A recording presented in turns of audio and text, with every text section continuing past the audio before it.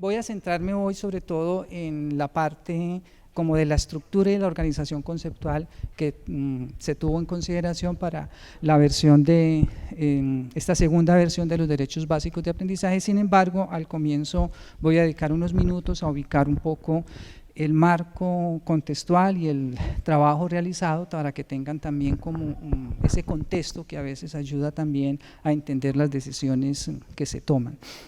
Bueno, como ustedes saben, y sobre todo los que ya son docentes desde hace algún tiempo, en el 2015, julio del 2015, el Ministerio de Educación Nacional publicó la primera versión de los derechos básicos de aprendizaje. Esa primera versión, ahí están las carátulas y la imagen de esa primera documento, circuló también a través de la primera versión del día siempre E, en la caja de materiales del día E del Ministerio de Educación Nacional. Esa versión, durante ese segundo semestre del 2015, pues obviamente fue objeto de estudio a distintos niveles. El Ministerio de Educación organizó una serie de foros a nivel nacional, coordinados directamente por el Ministerio de Educación Nacional en relación a pues, la divulgación y la socialización del documento que recién publicaban, pero también las comunidades, la comunidad académica en las universidades, en las asociaciones, en las redes que existen en el país también hicieron su respectivo aporte de análisis en relación a los documentos. De hecho, el foro de ese año, el foro pedagógico, el foro educativo nacional de ese año, pues tuvo una sección del foro dedicada al tema de los derechos básicos de aprendizaje con unas mesas y unos paneles que fueron muy importantes. A lo largo de ese proceso, se vivió entonces, se recogió mucha información, hubo voces a favor, hubo voces en contra, una comunidad, sobre todo del lado de la comunidad académica, hubo unas voces en contra en términos de la poca capacidad que tenía esa primera versión de dialogar con los lineamientos y con los estándares, además de que se trataba de una propuesta pedagógica que de alguna manera volvía otra vez a centrar nuestro currículo en contenidos, listados de temas y pues además de una enorme cantidad de errores que habían allí. Del lado de los maestros pues también hubo voces que estuvieron en contra, pero también hubo voces a favor de esa versión. Y una de las voces que más se dijo del lado de los maestros en ese momento fue que por fin tenían en sus manos un documento que les decía lo que tenían que enseñar. Lineamientos y estándares no dicen lo que hay que enseñar, lineamientos y estándares orientan lo que pueden ser las prácticas de enseñanza en el aula de clase. Esa versión, que era una versión donde estaban explícitamente formulada en términos de contenidos, indudablemente explicitaba temas. Y entonces muchos maestros del país dijeron que era muy importante el documento porque por fin tenían otra vez un documento que les decía lo que tenían que enseñar.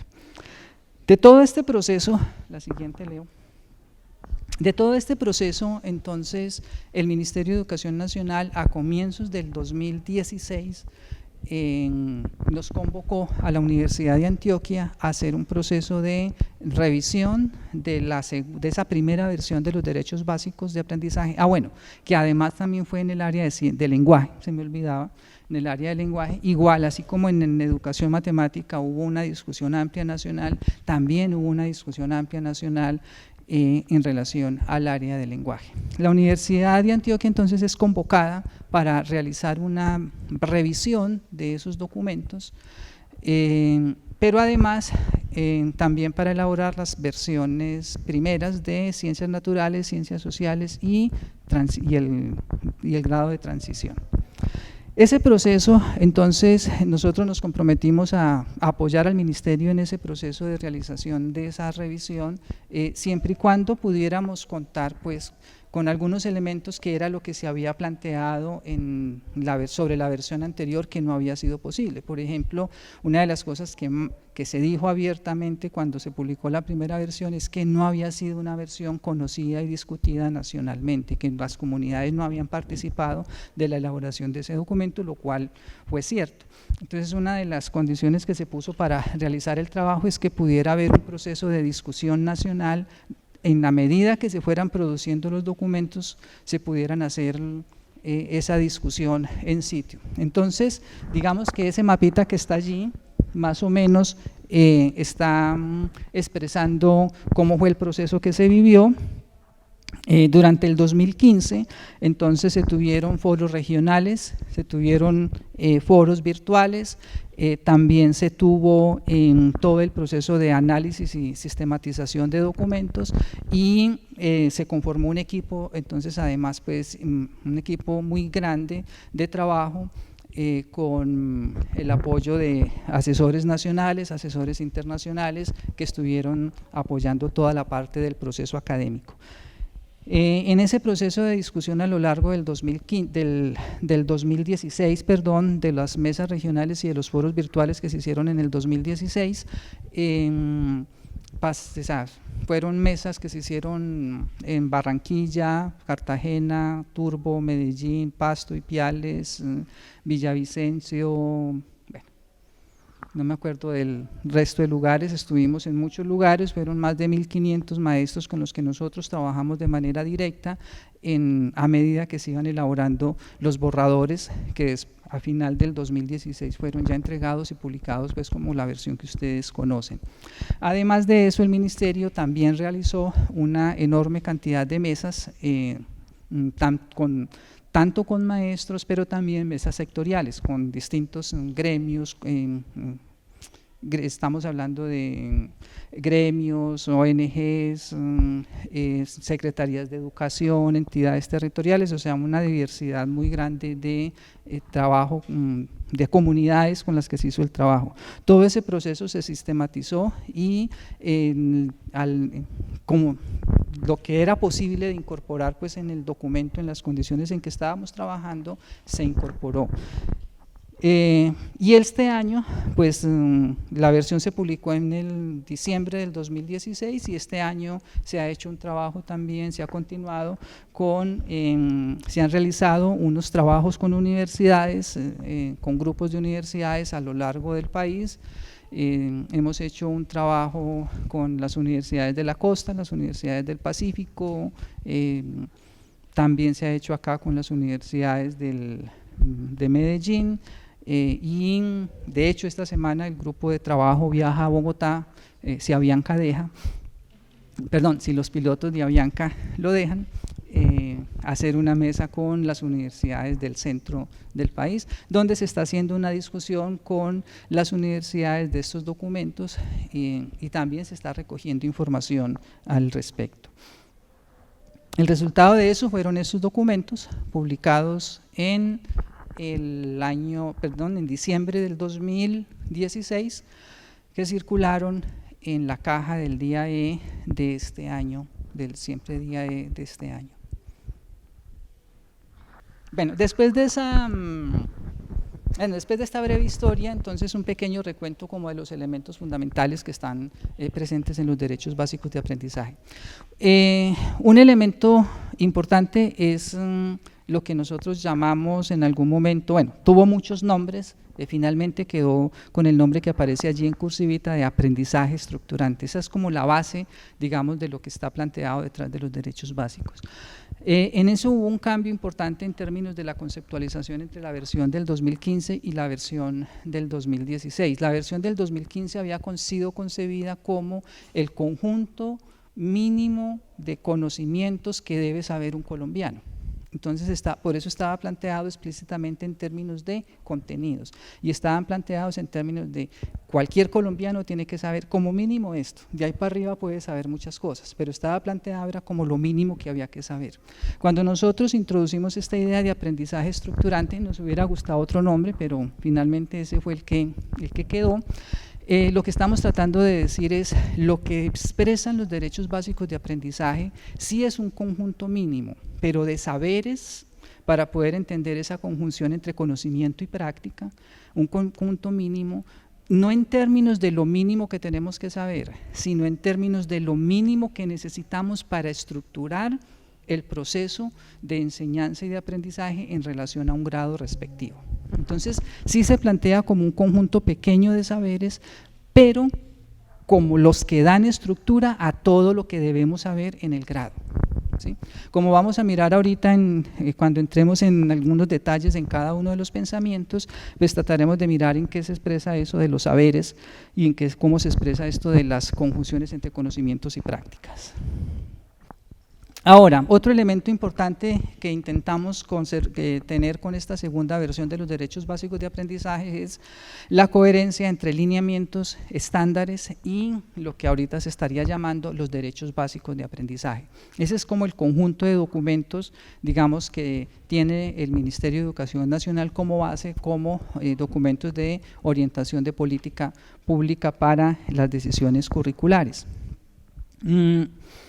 En ese sentido, los derechos básicos de aprendizaje lo que hacen es entonces una lectura de lineamientos y estándares y un intento de plantear, bueno, como los lineamientos y los estándares están planteados en términos de grupos de grados, entonces ahora lo que se intenta es hacer una mirada de, en ese grupo de grados, cómo organizar entonces ciertos procesos básicos de aprendizaje por cada uno de los grados, en términos de esos, como les decía hace un momento, ese pequeño conjunto de saberes que dan la estructura al conjunto de conocimientos y de saberes y de prácticas que son necesarias en el grado. En ese sentido, los DBA no son lo que hay que enseñar. Si usted quiere, y lo vamos a ver ahora, los enunciados son unos enunciados que incluso todavía siguen siendo muy genéricos y hay que hacer un trabajo fuerte, y ahí es donde viene un elemento clave del trabajo docente, y es esos DBAs tienen que tener un trabajo muy fuerte de contextualización institucional.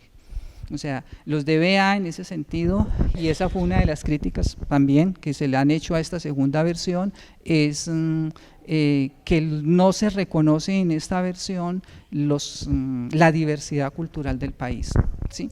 Y ahí vale la pena contar lo que vivimos cuando estábamos haciendo las discusiones con la comunidad.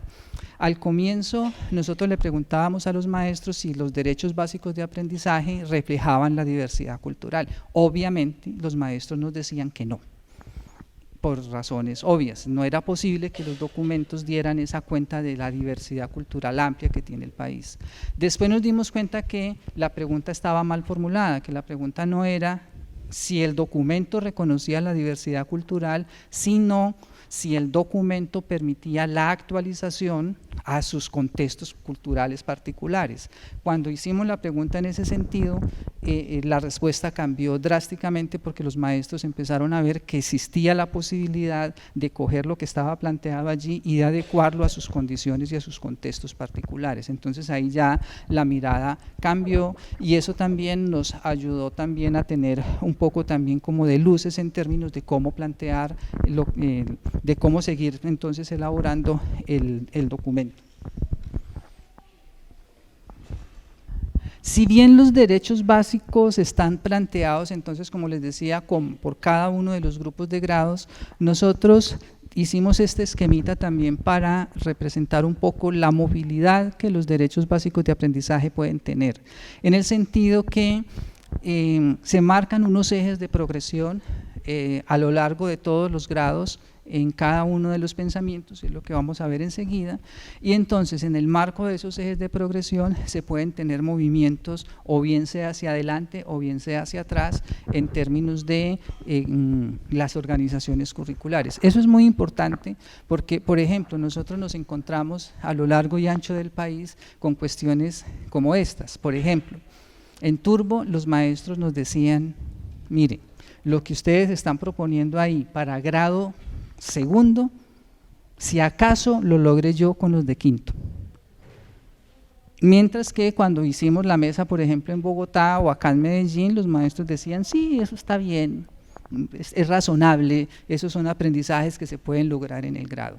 Eso lo que nos muestra también es la gran diversidad también en términos de las condiciones mismas en las que se realizan los procesos educativos, y lo que nosotros queremos plasmar un poco acá en esta gráfica es que entonces los derechos básicos se pueden también ver de manera flexible, no tienen por qué verse como esto es lo que tenemos que trabajar en este grado, sino que dependiendo del análisis estructural que realicen en las instituciones educativas se pueden tomar decisiones en términos de hacer movimientos de un grado hacia otro dependiendo de esas condiciones. Es más, condiciones que cambian de un año a otro, ¿sí? Lo sabemos todos los que somos docentes, que cada que nos llegan los estudiantes al año nuevo es una historia nueva. Y lo que a veces hace uno con unos, ni en sueños lo puede hacer con otros. Entonces, esas condiciones son incluso condiciones que se tienen que redefinir y renegociar año a año según el grupo de estudiantes que tengamos enfrente. Y para terminar este pequeño recuento, entonces, la estructura de los DBA se definió entonces de esta manera. Hay un enunciado central que es el que enuncia, digamos, el saber sobre el cual se está apuntando el proceso, sobre el cual se está apuntando el aprendizaje. Algo que se llamó evidencias de aprendizaje, que son un conjunto de acciones requeridas para el aprendizaje de ese saber que está expresado en el enunciado central, y hay un ejemplo.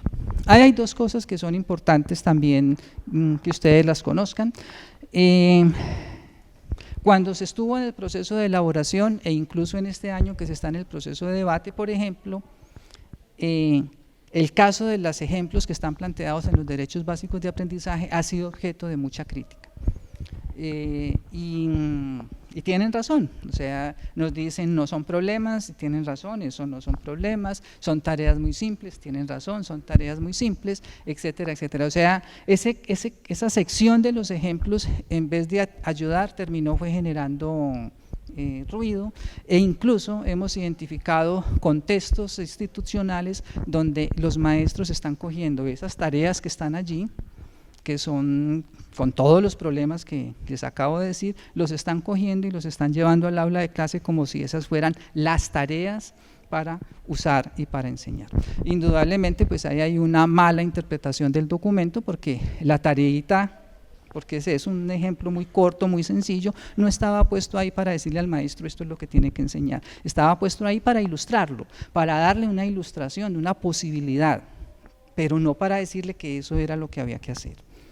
Con las evidencias de aprendizaje, el nombre también está generando un ruido que está deslizando la intencionalidad con que fueron formuladas.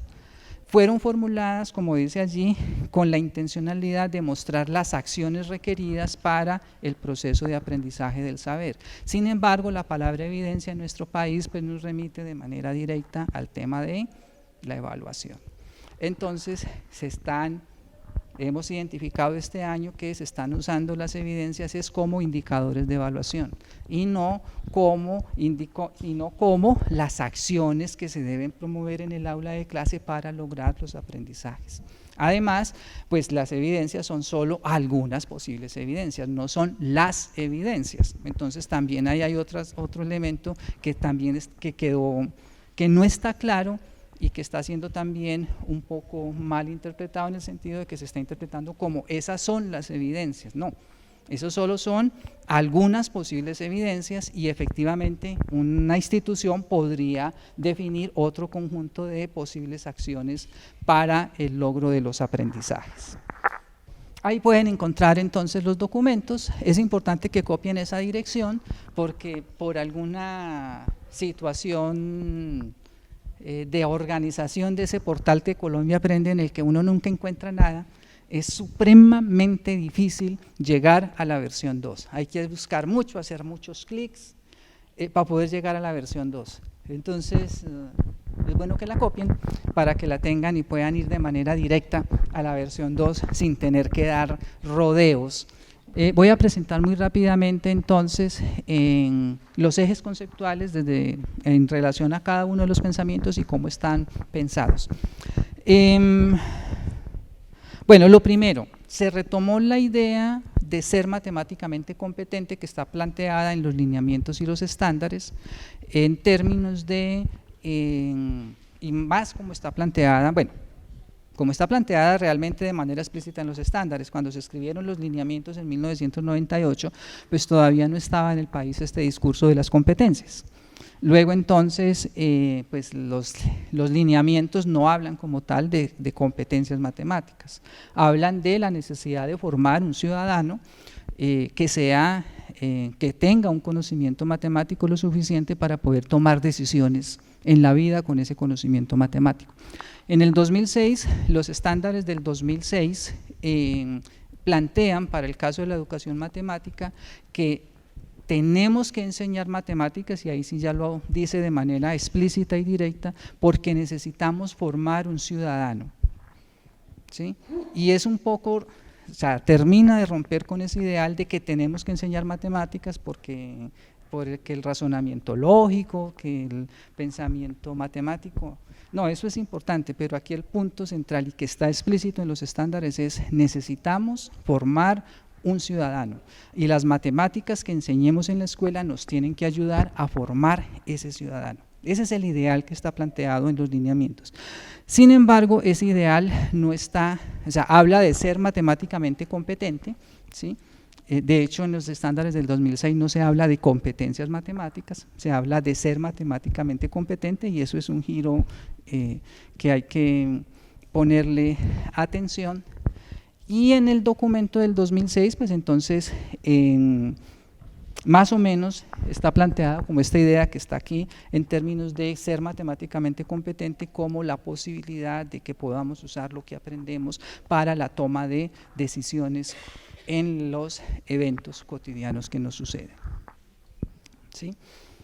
Quizás algunos de ustedes me hayan oído en algún momento hablar de la anécdota con una señora, una vez que tuve que ir al edificio de EPM a hacer el reclamo de mi factura de servicios públicos que me había llegado mal liquidada, pero la voy a contar porque es muy, muy significativa de esto que está en este asunto.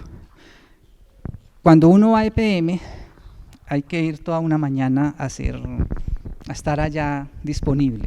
Y obviamente uno se hace amigo de los que tiene al lado. Una señora, estoy hablando, esto me sucedió fue 2004, 2005, o sea, esto fue hace muchos años. Le pregunté que por qué estaba ahí, me dijo, no, es que la factura de los servicios me llegó muy cara y yo vengo a que me den un acuerdo de pago, porque yo no puedo pagar ese furgo de plata con que me llegó la factura. Entonces, bueno, gracias. Yo que soy metido por naturaleza, le dije, bueno, muéstreme la factura, yo la miro. Empecé a mirar la factura de la señora y el problema en la facturación era que le estaban cobrando 120 metros cúbicos de agua. Por supuesto, eso era un dineral, 120 metros cúbicos de agua. Entonces yo le dije, señora, ¿usted tiene un hotel en su casa? Y me dice, no, ¿cómo así? Somos mi esposo, mis 2 hijos y mi nieto y ya, somos 6 personas, no más. Y le dije yo, mire, el problema es que usted aquí le están facturando 120 metros cúbicos de agua. Una de dos, o le facturaron mal, le cargaron a su factura la facturación de todo su edificio, o hay un daño del carajo en su casa, porque 120 metros cúbicos es mucha agua, ¿sí? Ahora tratemos de hacer el ejercicio. ¿Cuántos son 120 metros cúbicos de agua? ¿Sí? Si los metemos aquí, a este auditorio, ¿hasta dónde llegan? Solo pensemos en eso. ¿Qué tanto son 120 metros cúbicos de agua?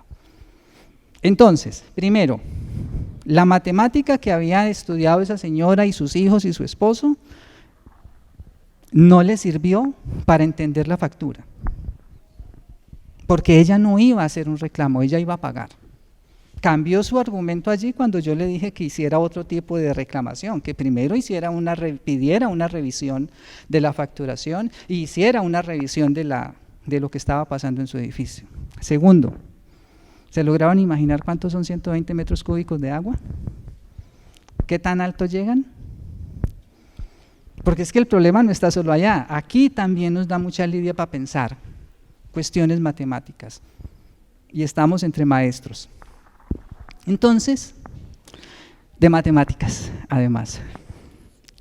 Es a eso a lo que se refiere ese enunciado que está ya planteado en el 2006, en los estándares del 2006. La matemática nos tiene que servir para pensar las cosas que vivimos. Y si esa matemática que aprendimos sobre los volúmenes, seguramente sabemos calcular sólidos de revolución, hacer integrales, calcular volúmenes muy complejos, pero si nos da lidia pensar cuánto es 120 metros cúbicos de agua, y creo que a más de uno se nos dificulta pensar cuánto es 120 metros cúbicos de agua, entonces esa matemática que estamos aprendiendo no está cumpliendo ese fin, de formar un ciudadano matemáticamente competente. La siguiente, Leo. La idea de ser matemáticamente competente no está plenamente desarrollada en los estándares, no está explícitamente formulada en los estándares. Entonces, para la elaboración de los derechos básicos de aprendizaje, pues nos dimos a la tarea de buscar y de indagar algunas cuestiones sobre qué significaría ser matemáticamente competente, y cada uno de los pensamientos entonces definió unos ejes en los que los llamamos nosotros los ejes de progresión, y que es sobre los que estarían organizados esos procesos de ser matemáticamente competente. Entonces, en el caso del pensamiento numérico, uno de ellos tiene que ver, venga, yo veo una cosa. Tiene que ver entonces con la representación de las cantidades, de los números que están detrás de cada una de las cantidades, y tiene que ver con entonces todos los procesos que están asociados a la posibilidad de operar con esas representaciones, y esas operaciones pues están unidas a los instrumentos con los que hacemos las cuentas. Entonces, no solamente los algoritmos, sino las calculadoras, el computador, todos los instrumentos, los procesos y las formas de representación que podemos usar. Está unido entonces, como lo mirábamos ahorita, la posibilidad de poder identificar esos contextos de uso de los números y poder tomar decisiones en relación a esos contextos de los números. Está unido entonces a la posibilidad de comunicarnos con los números en situaciones distintas, en distintos eventos y situaciones, y por supuesto, pues a la parte práctica, digámoslo así, de todo el tema de realizar cálculos y de aplicar todos estos en cualquier tipo de situación que se nos presente. Esos tres ejes entonces están presentes a lo largo de todos los derechos básicos de aprendizaje, desde grado primero hasta grado 11. Y alrededor de cada uno de ellos, entonces, los enunciados, cada DBA lo que estaría intentando es ir formulando niveles de complejidad en relación a cada uno de esos grados. Les tengo aquí entonces un ejemplo de grado primero, como para ilustrativo, pero pues ustedes lo conocen muy bien. Entonces bueno, están numerados, pero la numeración no es jerárquica, ninguna cosa de esa, simplemente es un orden. Es un orden para identificar los derechos básicos en algún momento determinado que se tenga uno que referir a ellos. Entonces este es el primer DBA, pensamiento numérico, y pues como ustedes pueden ver, entonces aparece un enunciado central que dice: identifica los usos de los números en contextos de juegos, familiares, económicos y entre otros. Y las evidencias de aprendizaje pues están apuntando a algunos de los procesos que se tienen en cuenta en relación al pensamiento numérico. Entonces, la interpretación de las representaciones y los diagramas, explicaciones acerca de por qué y cómo se realizan las operaciones, el reconocimiento de las situaciones en las que se pueden usar los números, la interpretación en los procesos de solución de problemas, y pues el uso de las operaciones de suma y resta. Ese es el enunciado que está planteado. Hay tres derechos básicos en el grado primero relacionados con el pensamiento numérico. Aquí solamente muestro el primero a manera de ejemplo. En el pensamiento métrico, la idea sigue siendo la misma en términos de poder pensar las magnitudes, ¿sí? Pero hay un llamado de atención aquí muy grande en dos sentidos. Hay un elemento que tal vez no fue muy bien comprendido desde los lineamientos y en los estándares, y es que desde el punto de vista curricular, esa propuesta de centrarnos en el desarrollo del pensamiento matemático y de pensar y de ser competentes matemáticas, pone al pensamiento métrico como el pensamiento base, sobre el cual se estructuran los demás pensamientos. Es una voz muy silenciosa del pensamiento métrico, casi no se nota, casi no se ve, pero si no se entiende esa base de todo el currículo de matemáticas sobre la idea del pensamiento métrico, todo lo demás queda un poco flojo en su estructura. ¿Cuál es la problemática fundamental que estamos abordando entonces en términos curriculares con esa propuesta? Eso está dicho desde los lineamientos, afirmado en los estándares y se le pone también mucha fuerza acá en los derechos básicos de aprendizaje. El problema fundamental de cómo enseñamos la medida en la escuela es que enseñamos en la escuela medida sin medir. La escuela no mide, nuestros estudiantes en la escuela no hacen mediciones. Cuando les enseñamos el sistema métrico decimal, por ejemplo, de longitudes, lo que les enseñamos es hacer una tablita donde está unidades, decenas, centenas, perdón, es que me confundí. Está el metro en la mitad, para un lado está el decímetro, el centímetro, el milímetro, para el otro lado está el decámetro, el metro, el kilómetro, y ya se me olvidaron los otros nombres. ¿Sí?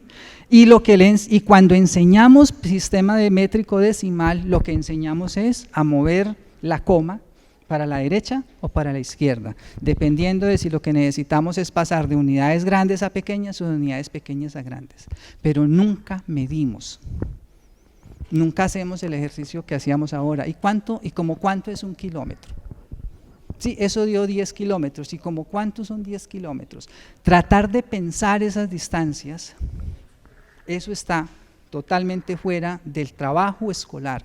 Y si eso se hace con la longitud, con la magnitud más cotidiana que es la longitud, pues qué hablar de las otras, ¿sí? Masas, pesos, volumen, capacidad, todas estas otras magnitudes, todas son tratadas desde un punto de vista teórico y fundamentalmente centradas en el proceso de conversión de unidades, pero no de pensar las magnitudes. Si no pensamos las magnitudes, no podemos entender los números, y si no pensamos las magnitudes, no podemos entender el pensamiento variacional. Entonces estamos, bueno, lo demás, lo estadístico, si no entendemos la medida, ¿cómo vamos a entender todo lo que nos dice la estadística? Entonces, ahí hay un problema muy gordo desde el punto de vista curricular, en tanto que nosotros seguimos dejando curricularmente en nuestra escuela el pensamiento métrico de lado en los procesos de enseñanza. Entonces, esta formulación que ustedes están leyendo allí, de ser matemáticamente competente en el pensamiento métrico, lo que está tratando de llamar la atención es que pensamiento métrico no es conversión de unidades. Pensamiento métrico es pensar las magnitudes, que podamos decir, ¿y como cuánto es un kilómetro? Que podamos coger una factura de servicios públicos que está plagada de números, pero que son medidas muchos de ellos, y que podamos entender esas medidas, que podamos coger la factura de servicio público y que cuando allí diga que nos están cobrando 140 kilovatios hora mes, entonces sepamos, ¿y eso qué es? ¿Qué es lo que me están cobrando? 140 kilovatios hora mes. ¿Sí? Que podamos entender que cuando a Medellín dicen que el consumo básico de agua en Medellín se define en 14 metros cúbicos, ¿eso qué es?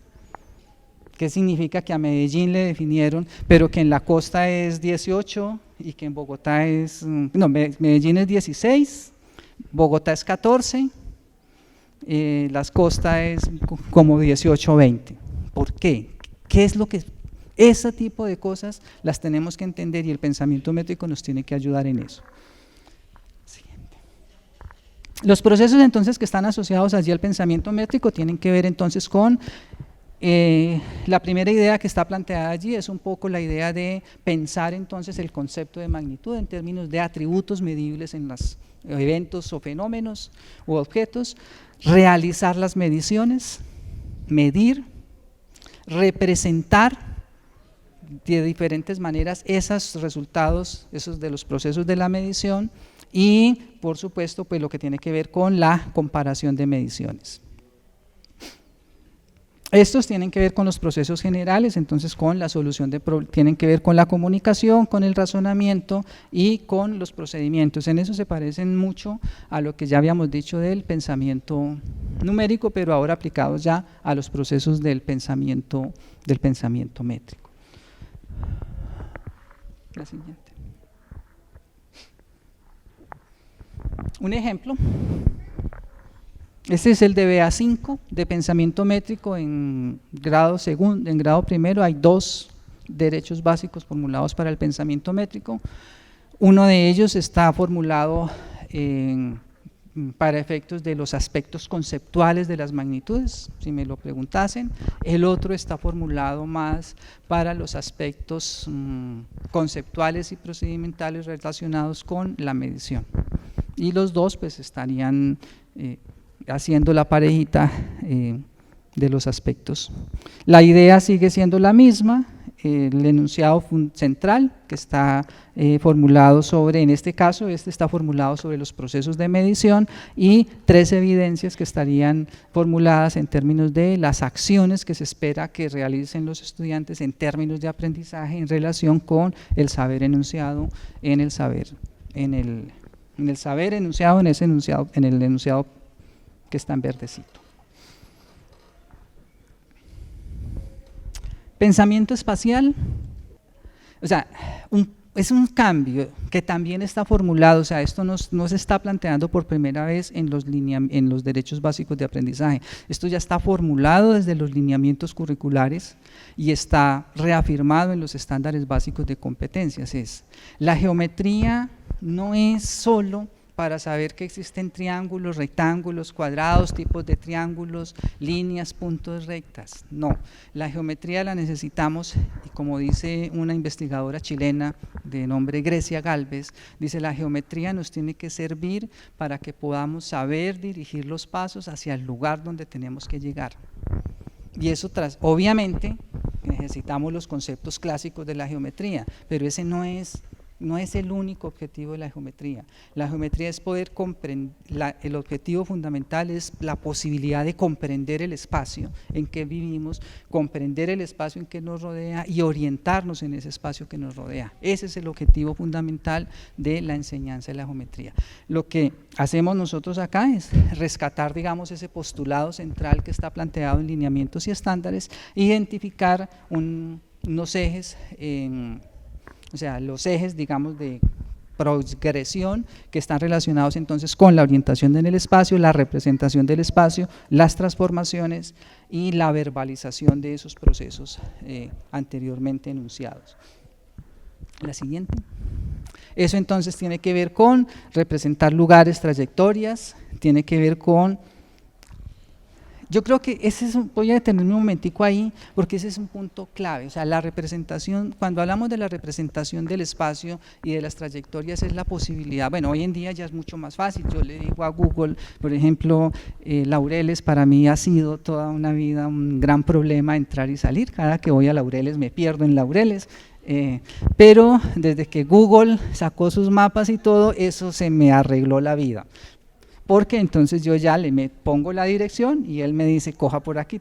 Sin embargo, de todas maneras, cuando uno está intentando leer el mapa, de todas maneras tiene uno que saber, llegué a la esquina y ahora ¿para dónde volteo? ¿Es para allá o es para acá? Porque de eso depende uno cómo se arrima al carro, y leer el mapa es una cosa y moverse en la vida real siguiendo las instrucciones del mapa es otra cosa, ¿sí?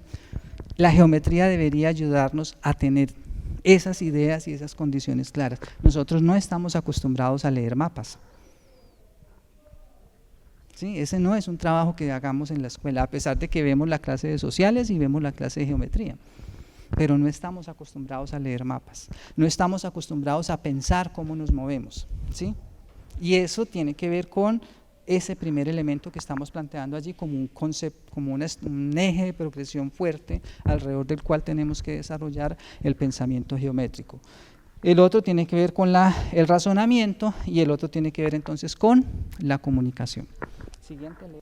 Y bueno, el de arriba, el de abajo es una notica ahí aclaratoria que tiene que ver entonces con los procedimientos y los procedimientos asociados a las formas y a las transformaciones y a las trayectorias y a los movimientos en el espacio. Otro ejemplo, también todos estos ejemplos son de grado primero. Ese es el número 6, que es sobre pensamiento espacial. También hay 2 derechos básicos de pensamiento espacial en estos primeros grados. Igual la estructura es la misma, el enunciado principal, que está planteado en términos entonces de, aquí está planteado en términos de identificar semejanzas y diferencias en los objetos de nuestro entorno, y entonces están las 4 evidencias que están indicando procesos que estarían asociados con ese saber que está enunciado en la parte de arriba. Pensamiento variacional.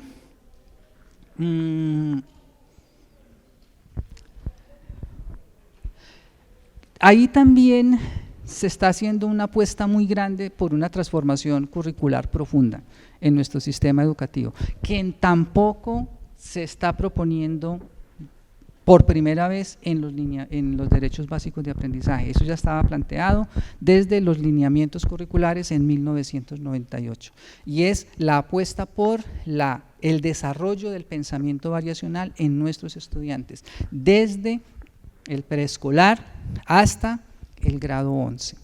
¿Sí? Ese ha sido uno de los aprendizajes más difíciles y que más nos ha costado en términos curriculares en nuestro sistema educativo colombiano.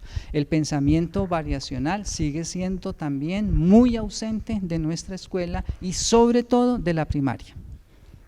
¿Sí? Y en bachillerato seguimos anclados a pues la perspectiva clásica del álgebra, los casos de factorización en octavo, ¿sí? No hay lugar por donde uno no pase en grado octavo a los 3 meses de iniciado el grado octavo que no estén los muchachos pensando en el caso 1, caso 2, caso 3, hasta caso 20, dependiendo del libro, ¿sí? Dependiendo del autor que estén siguiendo, pueden ser desde 5 hasta 20 casos. Entonces, no hay, por donde uno pase, ahí están, en grado octavo, los chicos sufriendo la factorización. Pensamiento variacional, muy poco. Y en la primaria, prácticamente ausente. Entonces, el llamado que se hace aquí también es, y se hace mucho más explícito ese llamado, es que desde que los niños están en el grado primero, desde que están en transición, ya están haciendo acciones orientadas al desarrollo del pensamiento variacional. Y aquí están planteadas al menos en 2 direcciones. Están planteadas en la dirección de la comprensión de las relaciones y las regularidades de las propiedades de las operaciones y de las relaciones, ¿sí? Pero además la comprensión de las regularidades y los patrones fuera también del ámbito numérico, o sea, en la geometría, en el arte, en la naturaleza, porque está plagada de esas regularidades por todos lados. Entonces, este pensamiento variacional de alguna manera lo que nos está haciendo es ese llamado de atención en esa dirección. Entonces, pone sobre la base el reconocimiento de, por un lado, la variación y por otro lado, el reconocimiento de variación y covariación y, por supuesto, no solo la visualización y la comprensión de esos procesos de variación, sino también la representación de esos procesos de variación entre magnitudes. El segundo, lo que está en verde, entonces tiene que ver con el razonamiento, o sea, comprender y pensar esos procesos de cambio. La siguiente. La comunicación, comunicarnos en relación a esos procesos de cambio, y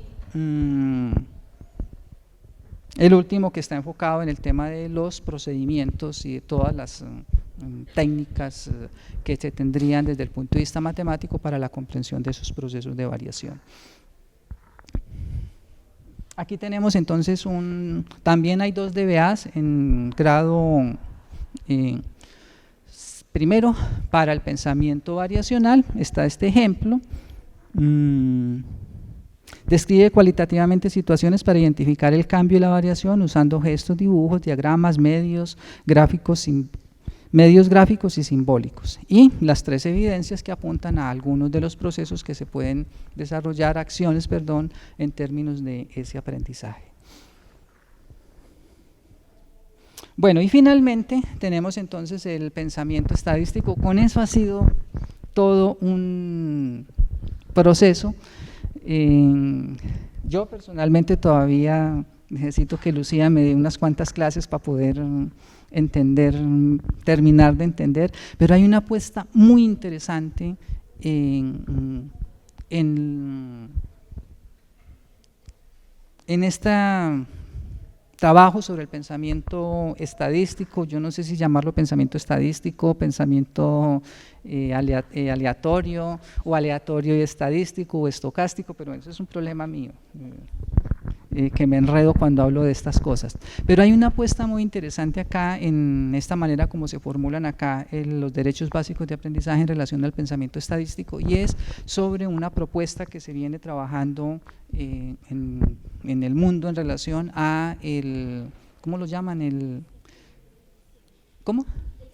El ciclo de investigación, que es una manera de pensar todo el proceso de formación en estadística, no como lo teníamos pensado, como nos lo enseñaron a nosotros en términos de estadística descriptiva, los estadígrafos básicos, y entonces que le enseñaban a uno cuál es la moda, la media. No, todo eso se lo enseñan ahora, pero aquí aparece una apuesta en términos de desarrollar en los niños esa capacidad de formularse problemas estadísticos, de identificar las variables estadísticas, de sintetizarlas, medirlas y modelarlas para producir las explicaciones y los fenómenos. Entonces ese ciclo de investigación tiene entonces una mirada muy distinta, y de alguna manera estos derechos básicos de aprendizaje lo que intentan es reflejar ese ciclo de investigación. Ahí hay un cambio con respecto a los lineamientos y los estándares, porque eso no estaba tan claro en los lineamientos y los estándares.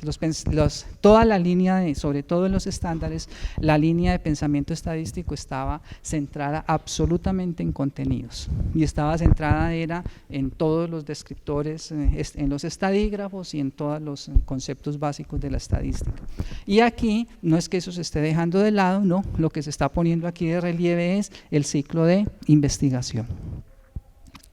Y entonces ese ciclo de investigación pues parte entonces de la posibilidad de identificar los problemas que son susceptibles de ese tratamiento estadístico, de identificar los campos ¿cómo dice? Los campos donde están las variables que gobiernan ese fenómeno, y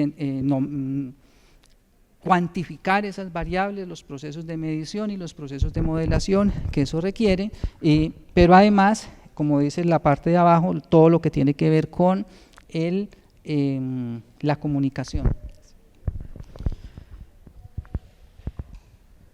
Y estos dos que están entonces formulados, como en todos los casos anteriores, uno sobre el razonamiento y otro sobre los tipos de procedimientos y de procesos y procedimientos que están asociados con el pensamiento. Un ejemplo: en el caso de los derechos básicos de aprendizaje para pensamiento variacional solo hay uno en la primaria, uno por cada grado en la primaria, pero ya en el bachillerato se aumenta el número, se disminuye el de pensamiento numérico y aumenta variacional, y aumenta también estadístico.